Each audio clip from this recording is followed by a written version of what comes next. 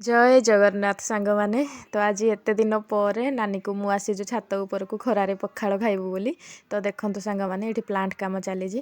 ସାଙ୍ଗମାନେ ଯଦି ପଖାଳ ଧରି ପ୍ଲାଣ୍ଟ ଭିତରକୁ ଯାଇ ଖରାରେ ଖାଇଲେ କେମିତି ହୁଅନ୍ତା। ତ ଏଠି ନାନୀ ବସି ପଡ଼ିଲେଣି ପଖାଳ ଖାଇବୁ ବୋଲି। ତ ଆପଣମାନେ ପଖାଳ ଖାଉଛନ୍ତି କି ନାହିଁ କମେଣ୍ଟରେ ନିଶ୍ଚୟ ଜଣେଇବେ।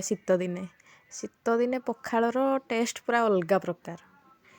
ତ ଏଠି ଚକଟା ଚକଟି ହେଲାଣି। ତ ପଖାଳ ସହିତ ଆଜି ଏସବୁ ଆଇଟମ୍ ହେଇଛି।